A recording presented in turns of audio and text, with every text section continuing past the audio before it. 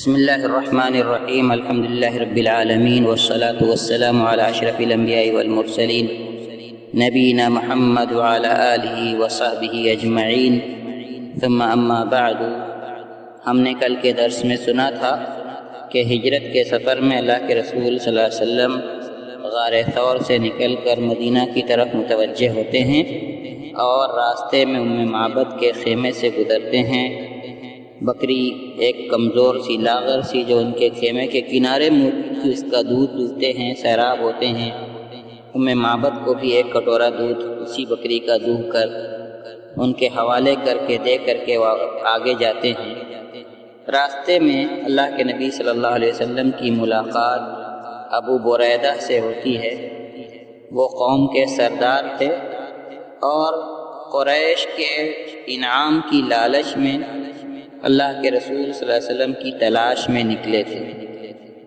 لیکن جب اللہ کے رسول صلی اللہ علیہ وسلم کا سامنا ہوتا ہے تو فوراً ہی 70 آدمیوں کے ساتھ اسلام قبول کر لیتے ہیں،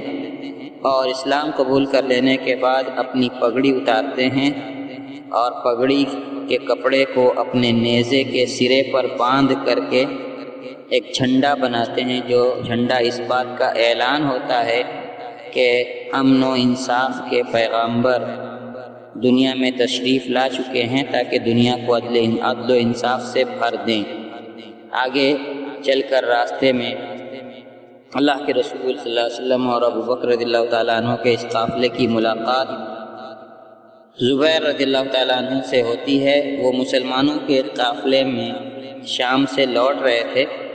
حضرت زبیر اللہ کے رسول صلی اللہ علیہ وسلم اور ابو بکر کو سفید نئے کپڑے پہناتے ہیں، اور اس کے بعد یہ قافلہ آگے بڑھتے ہوئے قباء کی جانب روانہ ہوتا ہے، اور سوموار 8 ربیع الاول نبوت کے 14ویں سال اور اسی کو ہجرت کا پہلا سال بھی شمار کیا جا سکتا ہے، اور 23 ستمبر سن 622 عیسوی کی تاریخ تھی۔ اللہ کے رسول صلی اللہ علیہ وسلم قباء میں قیام کرتے ہیں، قباء پہنچتے ہیں۔ عروہ ابن زبیر رضی اللہ تعالیٰ عنہ کہتے ہیں کہ مسلمانوں نے مدینہ کے اندر اللہ کے رسول صلی اللہ علیہ وسلم کے مکہ سے روانہ ہونے کی خبر سن رکھی تھی، تو وہ لوگ ہر صبح مدینہ کے حرہ نامی علاقے، جو مدینہ کے کنارے کالے پتھروں والا علاقہ تھا، وہاں پہنچ کر دوپہر تک آپ صلی اللہ علیہ وسلم کا انتظار کرتے۔ دوپہر کی گرمی جب برداشت کے باہر ہو جاتی تو مایوس ہو کر کے لوٹ جاتے، اور اسی طرح سے جب وہ لوگ اپنے گھر میں آتے ہیں تو ایک دن ایک یہودی جو کسی اونچے ٹیلے پر چڑھ کر اللہ کے رسول صلی اللہ علیہ وسلم کے معاملے کا معائنہ کر رہا تھا، اس نے اللہ کے رسول صلی اللہ علیہ وسلم اور ان کے ساتھ قافلے کے لوگوں کو ریگستان میں دور سے آتا ہوا دیکھ لیا۔ یہودی خود پر قابو نہیں رکھ سکا اور اونچی آواز میں چلا بیٹھا کہ اے عربوں کی جماعت، تمہاری جو جستجو تھی، جس کا تمہیں انتظار تھا، وہ دیکھو ادھر سے آ رہے ہیں۔ تو مسلمانوں نے جلدی سے ہتھیار اٹھا لیے اللہ کے رسول صلی اللہ علیہ وسلم کے استقبال اور حفاظت کے پیش نظر۔ ابن القیم رحمۃ اللہ علیہ اپنی زاد المعاد کے اندر لکھتے ہیں کہ ایک شور اور تکبیر کا نعرہ بنی عمرو بن عوف کے اندر بلند ہوتا ہے، اور مسلمان خوشی سے نعرہ تکبیر بلند کرتے ہیں اللہ کے رسول صلی اللہ علیہ وسلم کی آمد پر، اور آپ سے ملاقات کے لیے نکل پڑتے ہیں، آپ سے ملاقات کرتے ہیں، نبوت کی مبارکباد اور بشارت اور سلام پیش کرتے ہیں، آپ کے گرد حلقہ بنا کر کے آپ کو گھیرے میں لے لیتے ہیں، اور اللہ کے رسول صلی اللہ علیہ وسلم پر ایک وقار اور ایک اطمینان چھایا ہوا تھا۔ آپ کے اوپر وحی اتر رہی تھی، اور اللہ کا کلام فَإِنَّ اللَّهَ هُوَ مَوْلَاهُ وَجِبْرِيلُ وَصَالِحُ الْمُؤْمِنِينَ والملائکۃ بعد ذلک ظہیر۔ سورہ بقرہ کی یہ آیتیں آپ پر نازل ہو رہی تھی۔ عروہ ابن زبیر رضی اللہ تعالیٰ عنہ بیان کرتے ہیں کہ وہ لوگ اللہ کے رسول صلی اللہ علیہ وسلم سے ملاقات کرتے ہیں اور اللہ کے رسول صلی اللہ علیہ وسلم ان کے دائنی جانب کا رخ کرتے ہیں، یہاں تک کہ بنی عمرو بن عوف میں قیام کرتے ہیں، اور یہ سوموار کا دن تھا، ربیع الاول کی تاریخ تھی۔ ابو بکر رضی اللہ تعالیٰ عنہ لوگوں کے سامنے کھڑے ہوتے ہیں اور اللہ کے رسول صلی اللہ علیہ وسلم خاموش بیٹھ جاتے ہیں، اور انصار کے جو لوگ آتے ہیں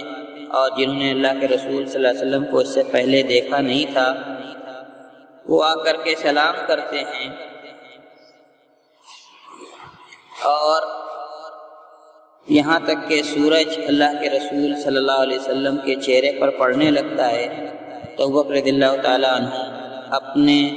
وجود سے، اپنی چادر سے اللہ کے رسول صلی اللہ علیہ وسلم کے چہرے سے دھوپ کا سایہ کرنے لگتے ہیں۔ اس عمل سے اللہ کے رسول صلی اللہ علیہ وسلم کو پہچاننے میں لوگوں کو آسانی ہوتی ہے۔ ابو بکر رضی اللہ تعالیٰ عنہ کے ایسا کرنے سے انصار کے وہ لوگ جنہوں نے ابھی تک اللہ کے رسول صلی اللہ علیہ وسلم کو نہیں دیکھا تھا، سمجھ جاتے ہیں کہ یہی جن کا ابو بکر رضی اللہ تعالیٰ عنہ سایہ کر رہے ہیں، یہ اللہ کے رسول صلی اللہ علیہ وسلم ہیں۔ پورا مدینہ ایسا لگتا تھا کہ آپ صلی اللہ علیہ وسلم کے استقبال کو امڑ آیا ہے، اور یہ قابل بیان دن تھا۔ مدینہ نے اس جیسی خوشی کا دن اس سے پہلے نہیں دیکھا تھا، اور یہود نے بھی اللہ کے رسول صلی اللہ علیہ وسلم کے سچائی کی بشارت اللہ کے رسول صلی اللہ علیہ وسلم کے بارے میں جان لی تھی، اور ان کو یہ یقین ہو گیا تھا کہ وہ سچے ہیں، کیونکہ ان کے کتابوں میں اس کا تذکرہ آیا تھا کہ وہ فاران کی چوٹی سے اتر کر کے آئے گا اور مدینہ کا رخ کرے گا۔ اللہ کے رسول صلی اللہ علیہ وسلم قباء میں کلثوم ابن حدم کے یہاں قیام کرتے ہیں، اور بعض روایات میں آتا ہے کہ سعد ابن خیثمہ کے یہاں، لیکن زیادہ صحیح بات یہ ہے کہ آپ نے کلثوم بن حدم کے یہاں قیام کیا۔ اور علی بن طالب رضی اللہ تعالیٰ عنہ، جیسا کہ تذکرہ گزرا، اللہ کے رسول صلی اللہ علیہ وسلم کی ہجرت کے بعد 3 دن تک مکہ میں مقیم رہے، لوگوں کے جو سامان، جو امانتیں اللہ کے رسول صلی اللہ علیہ وسلم کے پاس رکھی ہوئی تھی، اس کو لوٹایا، پھر پیدل چلتے ہوئے مدینہ کی طرف ہجرت کی، قدموں پر پیدل چلتے ہوئے، پیروں پر۔ اور ابو بکر اور اللہ کے رسول صلی اللہ علیہ وسلم سے قباء میں آ کر کے یہ بھی مل جاتے ہیں، اور حضرت علی بھی کلثوم ابن حدم کے یہاں قیام کرتے ہیں۔ اللہ کے رسول صلی اللہ علیہ وسلم قباء میں 4 دن قیام کرتے ہیں، سوموار، منگل، بدھ اور جمعرات کے ایام، اور اسی درمیان وہاں مسجد قباء کی بنیاد رکھتے ہیں اور اس میں نماز پڑھتے ہیں، اور یہ اللہ کے تقویٰ پر تعمیر ہونے والی اللہ کے رسول صلی اللہ علیہ وسلم کی نبوت کے بعد پہلی مسجد تھی۔ جب جمعرات کا دن تھا، 5واں دن تھا بلکہ، اور جمعرات کا دن گزر رہا تھا، جمعہ کا دن تھا، تو اللہ کے حکم سے اللہ کے رسول صلی اللہ علیہ وسلم وہاں سے پھر سوار ہوتے ہیں۔ ابو بکر رضی اللہ تعالیٰ عنہ آپ کے پیچھے سواری پر بیٹھے ہیں، اور آپ بنو نجار کی طرف یہ پیغام بھیجواتے ہیں اپنے نانی حالی رشتہ داروں کے یہاں، اور وہ لوگ اپنی تلواریں لیے ہوئے پہنچ جاتے ہیں۔ اللہ کے رسول صلی اللہ علیہ وسلم مدینہ کی جانب چلتے ہیں۔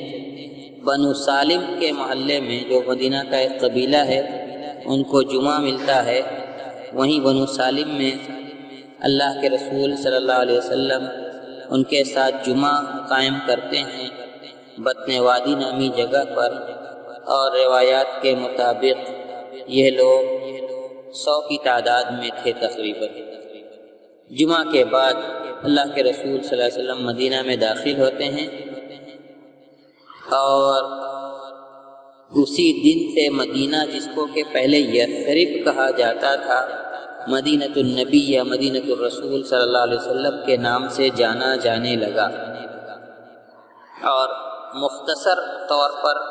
نام لیتے ہوئے اس کو صرف مدینہ کہا جانے لگا۔ یہ اللہ کے رسول صلی اللہ علیہ وسلم کے مدینہ آمد کا دن ایک تاریخی دن تھا۔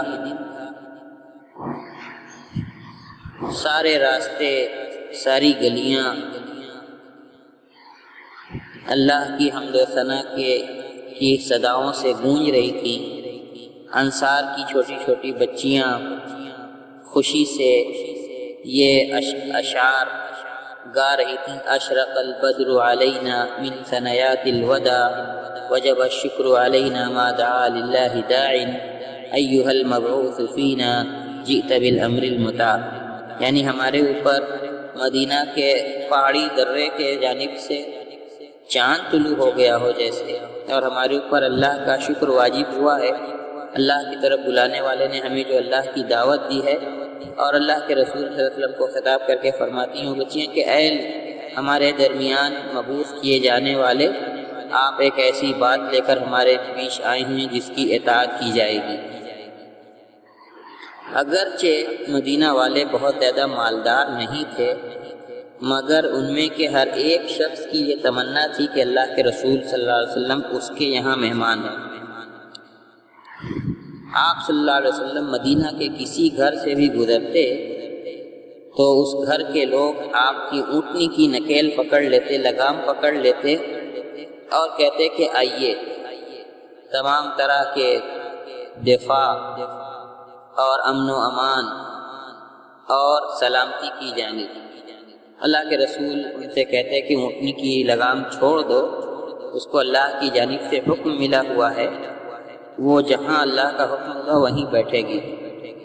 اللہ کے رسول صلی اللہ علیہ وسلم کی اونٹنی آپ کو لے کر چلتی رہی، یہاں تک کہ جہاں پر آج مسجد نبوی قائم ہے وہاں پر پہنچ کر کے بیٹھ جاتی ہے۔ اللہ کے رسول صلی اللہ علیہ وسلم اس اونٹنی سے اترتے بھی نہیں ہیں، یہاں کہ اونٹنی پھر سے کھڑی ہوتی ہے اور تھوڑی دور اور آگے چل کر کے پھر کسی طرف متوجہ ہوتی ہے، دائیں بائیں اپنے دیکھتی ہے اور واپس اپنی پہلی جگہ ہی آ کر کے بیٹھ جاتی ہے۔ جب دوبارہ اونٹنی اسی جگہ واپس آ کر بیٹھتی ہے تو اللہ کے رسول صلی اللہ علیہ وسلم اس اونٹنی سے اترتے ہیں۔ یہ بنو نجار یعنی آپ کے نانیہال کا علاقہ تھا، اور اللہ کی توفیق یہ تھی کہ اللہ تبارک تعالیٰ نے ان کے قیام، ان کے نزول کا اور جو انتظام کیا تھا وہ ان کے نانیہال کے علاقے میں کیا تھا۔ تو لوگ آ کر اللہ کے رسول صلی اللہ علیہ وسلم سے ان کے یہاں قیام کرنے کے سلسلے میں بات کرنے لگے۔ ابو ایوب انصاری سب سے آگے بڑھتے ہیں آپ کے کجاوے کی طرف، اور لے جا کر کے کجاوا اپنے گھر میں رکھ لیتے ہیں۔ تو اللہ کے رسول صلی اللہ علیہ وسلم لوگوں سے کہتے ہیں کہ آدمی اپنے کجاوے اپنے ساز و سامان کے ساتھ ہی رہتا ہے، مطلب آپ صلی اللہ علیہ وسلم کا اشارہ یہ تھا کہ وہ ابو ایوب انصاری کے گھر میں ہی قیام کریں گے۔ اسد ابن زرارہ اتنے میں پہنچتے ہیں اور آپ کی اونٹنی کی لگام پکڑ لیتے ہیں اور اونٹنی لے کر کے اپنے یہاں چلے جاتے ہیں۔ بخاری کی ایک روایت میں جو حضرت انس رضی اللہ تعالیٰ عنہ سے مروی ہے کہ اللہ کے رسول صلی اللہ علیہ وسلم فرماتے ہیں کہ ہمارے گھر والوں سے سب سے قریب گھر کس کا ہے؟ ابو ایوب انصاری نے کہا کہ میرا گھر ہے، یہ میرا گھر ہے اور یہ دروازہ ہے۔ تو آپ چلیے، لہذا ان لوگوں نے ہمارے آرام کا انتظام کیا اور اللہ کے رسول صلی اللہ علیہ وسلم سے فرمایا کہ چلیے آپ لوگ یہاں سے اللہ کی برکت پر۔ اور اس کے بعد کچھ دنوں کے بعد آپ کی بیوی سودا بنت زمعہ رضی اللہ تعالیٰ عنہا اور آپ کی دونوں بیٹیاں فاطمہ اور ام کلثوم، آپ کے چہیتے حضرت اسامہ بن زید، ام ایمن اور ان کے ساتھ عبداللہ ابن ابی بکر عبداللہ ابو بکر رضی اللہ تعالیٰ عنہ کے گھر والوں کے ساتھ، جن میں حضرت عائشہ بھی تھیں، تشریف لے آتے ہیں۔ آپ کی بیٹی زینب ابو العاص کے پاس رک جاتی ہیں، یہاں تک کہ ان کو ہجرت کا موقع بدر کے بعد ملتا ہے، تب وہ ہجرت کرتی ہیں۔ حضرت عائشہ کہتی ہیں کہ جب اللہ کے رسول صلی اللہ علیہ وسلم مدینہ تشریف لائے تو ابو بکر اور بلال رضی اللہ تعالیٰ عنہ کو بخار ہو گیا۔ میں ان کے پاس داخل ہوئی، میں نے کہا کہ ابا جان کیسی طبیعت ہے، اور اے بلال آپ کیسے ہیں؟ تو کہا کہ ابو بکر رضی اللہ تعالیٰ عنہ جب ان کو بخار ہوتا تو کہتے کہ ہر چیز اپنے وقت پہ پیش آتی ہے، اور انسان کی موت اس کے جوتوں کے تسمے سے بھی زیادہ اس سے نزدیک ہوتی ہے۔ اسی طرح بلال رضی اللہ تعالیٰ عنہ نے بھی بخار اور اپنی طبیعت کے بارے میں کچھ باتیں حضرت عائشہ سے بیان کی۔ اس کے بعد حضرت عائشہ اللہ کے رسول صلی اللہ علیہ وسلم کے پاس آ کر کے ان کو خبر دیتی ہیں۔ اللہ کے رسول صلی اللہ علیہ وسلم دعا فرماتے ہیں کہ اللہ مدینہ کو ہمارے نزدیک ایسے ہی پسندیدہ بنا دے جس طرح مکہ ہمیں پسند تھا، اور اس کی آب و ہوا کو ہمارے لیے درست کر دے، اور اس کے مال و منال میں ہمارے لیے برکت کر، اور اس کا جو بخار ہے، اس کے موسم کی جو سختی ہے، اس کو یہاں سے جحفہ کی جانب منتقل کر دے۔ اور اس کے بعد اللہ کے رسول صلی اللہ علیہ وسلم ابو ایوب انصاری کے گھر میں قیام کرنے لگتے ہیں۔ یہاں سے اللہ کے رسول صلی اللہ علیہ وسلم کی مکی زندگی کا خاتمہ ہو جاتا ہے، جو آپ کی نبوت کی زندگی کا نصف اول تھا، فرسٹ ہاف جس کو ہم کہہ سکتے ہیں، اور اب مدینہ کی زندگی کی ابتدا ہوگی انشاءاللہ، جو ہمارے اگلے درس کا موضوع ہوگا۔ وآخر دعوانا